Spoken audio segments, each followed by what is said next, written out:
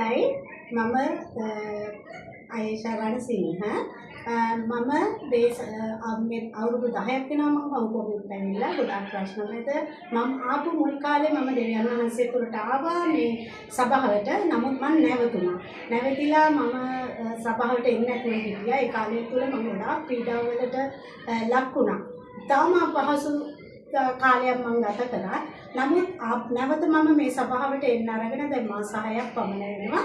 ඒ මාස 6 තුල උන්වහන්සේ මහත් වූ දේ මගේ ජීවිතේ කළා. මගේ සියලු ප්‍රශ්න වලින් ජය ගන්න උන්වහන්සේ උදව් කරා, උපකාර කරා. මම මේ සභාවට එන්න ගත්තට පස්සේ මට හොඳ එම්ප්ලොයි කෙනෙක් හම්බුණා. ඒ එම්ප්ලොයර්ගේ යටතේ දැන් මම ආලු 30ක් අරගෙන වැඩ කරනවා. මට සතිය සෙනසුරාදා ඉඳලා දවස් දෙකක් නිවාඩු තියෙනවා.